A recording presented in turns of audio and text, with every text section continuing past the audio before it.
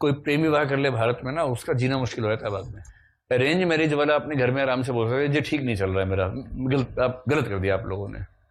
Parents चुप रहे थे क्योंकि वो करके लाए थे, फूफा जी गए थे, कहते नहीं बेटा देखो धीरे धीरे हो जाएगा, 7 साल बाद तो पति पत्नी भाई बहन जैसे हो जाते हैं, तुम इतना विचार मिलने लगते हैं, तुम डरो मत, तुम कोशिश करो। वे सब कह के पट्टी पढ़ा के कोशिश करेंगे किसी तरह से मामला सेट हो जाए।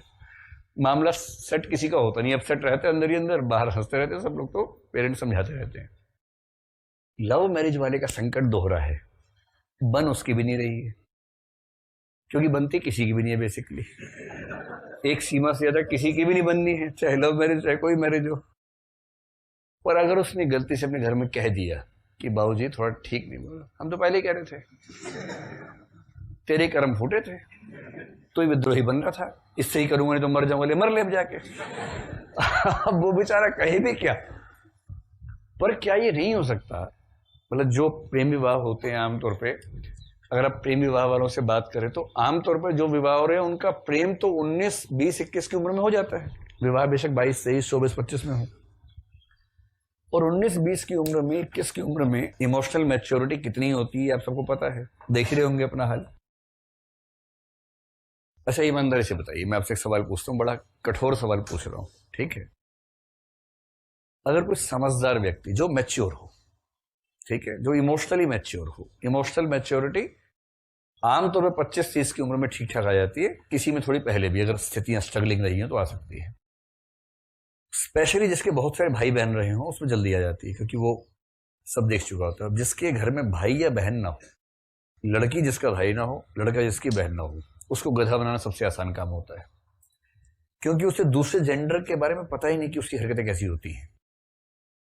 जिस लड़के ने अपने घर में अपनी बहन को देखा है, उसका पूरा कद्दूपन देख लिया है, तो वो बाहर भी समझदार रहता है।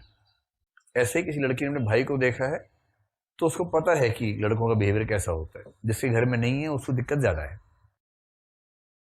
तो अगर कोई इमोशनली मैच्योर व्यक्ति चाहे आपको गधा बनाना और उसे समय पर्याप्त मिल जाए आपके साथ बात करने के लिए एकांत में, जहां कोई बाहरी दबाव ना हो, वो आराम से बात कर सके आपसे 1 घंटा, 2 घंटा, 3 घंटा, 4 घंटा, 5 घंटा, कुछ भी मान लीजिए, आप में से कितने लोगों को भरोसा है कि कोई आपको बेवकूफ नहीं बना सकता अगर उसे पर्याप्त समय मिल जाए। विपरीत लिंग की बात कर रहा हूं, लड़के ये सोच के बोले कोई मैच्योर लड़की या महिला 25-30 की उम्र के बीच में जो मैच्योर हो, समझदार हो, जिसको जीवन का अनुभव आपसे बहुत ज्यादा हो, और लड़कियां ये सोच के कोई पुरुष 25-30 की उम्र का जो जीवन के ठीक ठाक अनुभव रखता हो।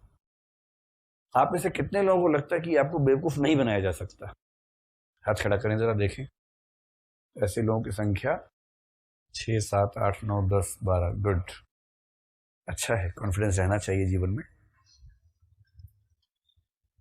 पर मेरा ख्याल तो ये है कि आपको ही बनाया जा सकता है। वो डिपेंड करता है कि थोड़ा और समझदार आदमी चाहिए होगा। हाँ, यदि किसी की शादी हो गई है तो उसको बनाना आसान नहीं होगा क्योंकि उसने जीवन को देखा है, या शादी कागजों में नहीं हुई है लेकिन बाकी जीवन उसका वैसा ही है, सहजीवन वाला है, तो भी जिसने उन चीजों को झेल लिया उसको इमोशनली फूल बनाना आसान काम नहीं। लेकिन जो भोला भाला है ना, जो 12वीं क्लास पास की, ग्रेजुएशन किया, अभी तक कहीं किसी से नैन मटक्का नहीं हुआ है, सीधे पढ़ाई करने आए हैं, क्या करना है, IAS करना है, ऐसे वाले जो गोलू बच्चे हैं, हॉबी क्या है, पढ़ना, और नंबर 2 पे कुकिंग करना, घर में मम्मी की हेल्प करना, ये हॉबी है नंबर 2 की।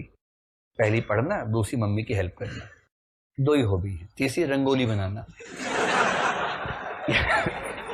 ये वाले जो बच्चे हैं ना, आप में से कुछ लोग वैसे तो नहीं है, अगर हैं तो आप ही हैं, नहीं तो और ऐसे बहुत सारे बच्चे हैं।